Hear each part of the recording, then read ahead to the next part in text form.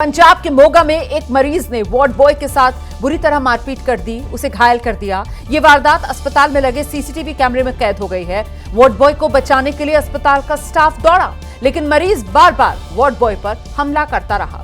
Video में देखिए आप, मरीज और वार्ड बॉय के बीच जमकर मारपीट हो रही है। हमले में घायल वार्ड बॉय को सिविल अस्पताल में दाखिल करवाना पड़ा। मरीज की गंभीर मानसिक हालत को देखते हुए उसे इलाज के लिए लुधियाना रेफर किया गया है। तो मानसिक स्थिति इस मरीज की सही नहीं है और इसी वजह से वार्ड बॉय को इस मरीज ने पीट डाला, ये शुरुआती खबर है।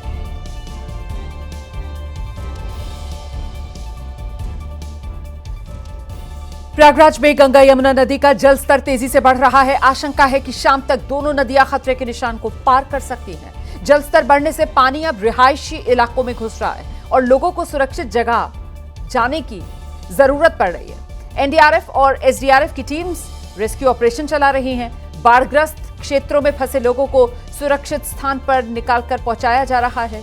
हालात ये हैं, गंगा और यमुना का जलस्तर बढ़ने से प्रयागराज का दारागंज शमशान घाट पूरी तरह जलमग्न हो चुका है। शवों का अंतिम संस्कार अब सड़कों पर किया जा रहा है। प्रयागराज के संगम नगरी में जिस तरह से गंगा और यमुना का जलस्तर अब काफी तेजी से बढ़ रहा है, ऐसे में अब निचले इलाकों में अब बाढ़ जैसी समस्याएं उत्पन्न होने लगी हैं। और इस वक्त हमारी जो मौजूदगी है वो प्रयागराज के संगम रिवर फ्रंट रोड पर है, जिसको महाकुंभ के दौरान इस सड़क को बनाई गई थी। लेकिन अब आप देख सकते हैं कि जिस तरह से गंगा और यमुना के जलस्तर में वृद्धि हुई है, ये पूरी सड़क अब पानी के आगोश में समा चुकी है। और ये वही सड़क है जो सीधा संगम रोड को जोड़ती है। और जनवरी के महीने में यहीं से करोड़ों की संख्या में श्रद्धालु आया करते थे और जाया करते थे। हालांकि जिस तरह से गंगा और यमुना का जलस्तर बढ़ा है, अब ये पूरी रोड पानी के आगोश में समा चुकी है। और यहाँ पर आप जितने भी मकान देख रहे हैं वो भी पानी की चपेट में आ चुके हैं। अब लोग अपने घरों में रहने के लिए मजबूर हैं। वहीं पर अगर हम बात करें तो अब धीरे धीरे गंगा और यमुना का जो जलस्तर है वो अब धीरे धीरे निचले और रिहायशी इलाकों में भी उसका पानी पहुंचने लगा है। हालांकि प्रशासन की तरफ से बार बार ये अपील की जा रही है कि जो लोग अभी भी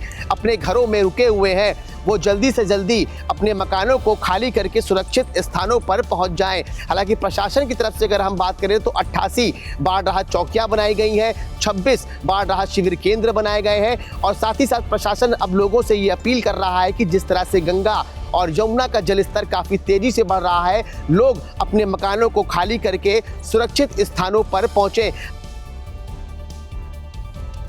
उधर जम्मू की तवी नदी में आई विनाशकारी बाढ़ के बाद इस नदी के किनारे बने घरों को काफी नुकसान हुआ है। दर्जनों घर क्षतिग्रस्त हो गए हैं। नदी पर बना पुल भी टूट गया है। इस पुल का एक हिस्सा भारी बारिश में ढह गया था। हालांकि तवी नदी का जलस्तर अब धीरे धीरे घट रहा है। सेना के जवान और इंजीनियर्स इसे ठीक करने में जुटे हैं। जम्मू में भारी बारिश से कई जगह बहुत नुकसान हुआ है।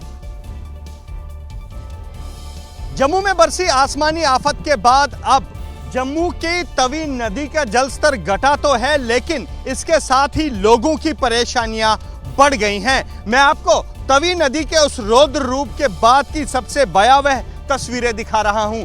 ये बेली चराना का इलाका है और इस इलाके में तवी जब अपने रौद्र रूप में थी उसके बाद क्या कुछ नुकसान हुआ है, तस्वीरें बताने के लिए काफी हैं। दरअसल ये वो घर हैं जो तवी नदी के किनारे पर बने हुए थे और जब तवी नदी अपने रौद्र रूप में आई तो सब कुछ बहा कर ले गई, जिसमें इस बेली चिराना में बसे दर्जनों घर भी शामिल हैं। आप देख सकते हैं कि किस तरह से एक तरतीब से जहां तक आप नजर दौड़ाइए आपको टूटे हुए मकान दिखाई देंगे, आपको ढहे हुए मकान दिखाई देंगे और आपको बहे हुए मकान दिखाई देंगे। क्योंकि जब तवी अपने रौद्र रूप में आई तो उसने किसी को नहीं बख्शा। ये मकान जो है ये दरअसल उसी पुल के किनारे हैं जहां पर जिस पुल को भगवती नगर पुल को तवी ने अपनी आहोश में ले लिया और इस पुल का एक बड़ा हिस्सा बह गया। और ढहे ये घर भी हैं, ये आशियाने भी हैं जो यहाँ लोगों के थे और यहाँ पर किस तरह से तवी ने कहर बरपाया है आप देख सकते हैं। और लोग अब अपने टूटे घरों को देख रहे हैं। आप यहीं रहते हैं सर? क्या नाम है आपका? लियाकत अली है। लियाकत साहब, कितने घर टूटे हैं? यहाँ से तकरीबन 25 से 30 घर इस तरफ से गिरे हैं और 15 से 20 घर उस तरफ से गिरे हैं। ये तो सारे तरतीब पे टूटे हुए हैं। पूरे तरतीब में टूटे हुए हैं क्योंकि तवी का बहाव इतना ज़्यादा था कि पूरे मकान ही बह कर चला गया। आगे बढ़ेंगे। मुंबई में गणेशोत्सव के दौरान लालबाग के राजा के दर्शन के लिए भक्तों की सबसे ज्यादा भीड़ उमड़ती है और इस दौरान भक्त लालबाग के राजा को बड़ी मात्रा में दान चढ़ाते हैं। दान में मिले सामान और पैसे की गिनती गणेशोत्सव शुरू होने के दूसरे दिन से शुरू होती है। ये गिनती बैंक ऑफ महाराष्ट्र, जीएस महानगर बैंक के कर्मचारी मिलकर करते हैं। लालबाग के राजा की पहली दान पेटी आज खोली गई है। इसमें करोड़ों का हार और चढ़ावा पहले ही दिन देखने को मिला है। कुल 3 पेटियां आज खोली जाएंगी। इनमें सिर्फ भारतीय मुद्रा ही नहीं बल्कि डॉलर, दिनार, यूरो के साथ साथ सोने चांदी के आभूषण भी देखने को मिल रहे हैं। मन्नतों के राजा कहे जाने वाले लालबाग के राजा को भक्तों की तरफ से अपार चढ़ावा चढ़ता है। ये तस्वीर देखिए, ये पहले दिन की है जहां लाखों भक्तों ने जो है दान पेटी में ये चढ़ावा चढ़ाया है। आप देख सकते हैं कि देश विदेश की करेंसी आपको यहाँ पर देखने मिलेगी। ये जो आप देख पा रहे हैं, ये अमेरिकन डॉलर जो है उसका हार चढ़ाया गया है। ये पहले दिन का चढ़ावा है। इसके अलावा जो भारतीय करेंसी है वो यहाँ पर दिखाई दे रहा है और लोग बड़ी श्रद्धा से इस चढ़ावे को यहाँ चढ़ाते हैं। ना सिर्फ पैसे बल्कि सोने चांदी और गहने, जो भी उनकी मन्नत होती है वो चढ़ाया जाता है। अगर कोई खिलाड़ी है तो वो इस तरह क्रिकेट का बैट चढ़ाता है ताकि उसको अपने खेल में कुशलता मिले। तो ये लालबाग के राजा के दान पेटी का पहला दिन है। पिछले साल की अगर बात करें तो पहले दिन की दान पेटी में 60 लाख रुपए के करीब जो है वो दान चढ़ाया गया था और अब पहले दिन की जो गिनती है वो यहाँ पर शुरू हो गई है। विदेशों के अलावा देश और तमाम जो लोग हैं वहाँ पे चढ़ाते हैं। मेरे साथ मंगेश दर्वी जी हैं। दर्वी जी, क्या कुछ कहेंगे जो आपको चढ़ावा मिला है बापा के लिए? पहले दिन कितना कुछ देखने मिला है? अभी आप देखने गए तो ये तो पहले दिन का चढ़ावा है। जो आपने देखा होगा कि कोई बाहर से आए हुए भाविक है तो उन्होंने डॉलर का हार अर्पण किया है। कोई अपनी इंडियन है तो अपना इंडियन करेंसी का हार अर्पण किया है। तो दान का इस्तेमाल और किन कार्यों के लिए किया जाता है? अपना जो 10 दिन में दान जमा होता है, जैसे आप देखने गए तो हमारा लालबाग का राजा का डायलिसिस सेंटर है, अपना बुक बैंक है, जो गवर्नमेंट अपना अंडर गवर्नमेंट जिनको मरीजों को पैसा लगता है जो ऑपरेशन के लिए, तो हम लोग जो उनको जनता का पैसा हम लोग जनता को ही देते हैं।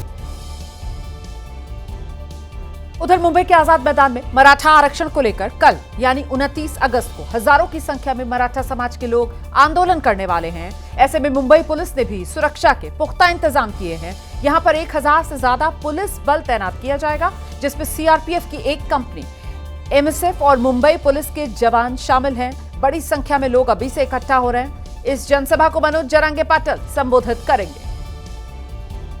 मुंबई में कल मराठा आरक्षण को लेकर एक बड़ा आंदोलन होने वाला है। ये आंदोलन मुंबई के आज़ाद मैदान में किया जाना है, जहां पर 5000 से ज़्यादा मराठा इकट्ठा होंगे, आरक्षण के लिए आंदोलन करेंगे। मनोज जरांगे पाटिल भी इस आंदोलन का हिस्सा बनेंगे और इसी को ध्यान में रखते हुए आप देख सकते हैं कि सुरक्षा के कितने पुख्ता इंतजाम यहाँ पर किए गए।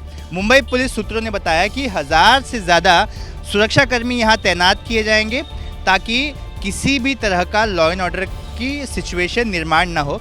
आपको ये विजुअल्स में दिखाई दे रहे हैं, ये आरएएफ के जवान हैं।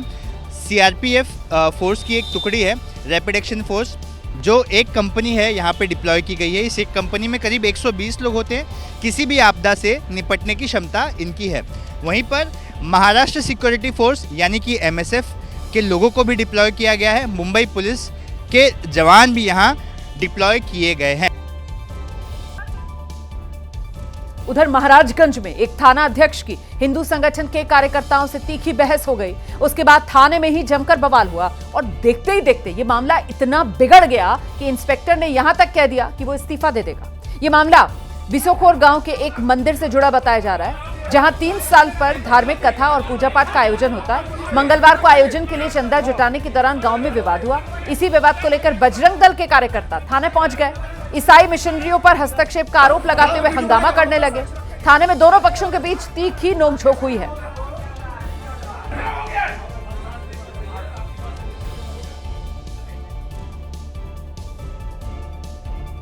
महाराजगंज में थाना अध्यक्ष की हिंदू संगठन के कार्यकर्ताओं से तीखी बहस हुई है। इसके बाद थाने में जमकर बवाल हो गया है। देखते ही देखते मामला इतना बिगड़ा कि इंस्पेक्टर ने यहां तक कह दिया कि वो इस्तीफा दे देगा।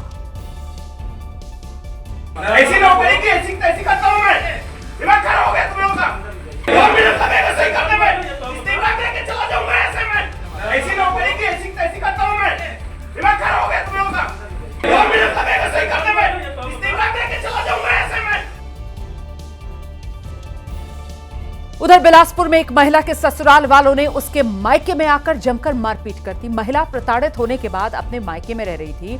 बच्चे से मिलने के बहाने पति अपनी बहन और बहनोई के साथ मायके पहुंचा, मतलब पत्नी के घर पहुंचा और वहां जाकर जमकर मारपीट की। पति ने अपनी पत्नी और अपने साले की बेरहमी से पिटाई की। इस दौरान महिला का परिवार उसे बचाने की कोशिश कर रहा है।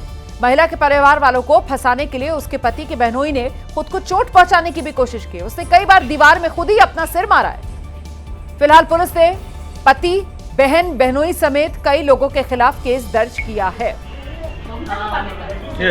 देखिए कैसे जो बहनोई है वो जानबूझकर खुद को जख्मी दिखाने के लिए खुद ही अपना सिर दीवार में मार रहा है।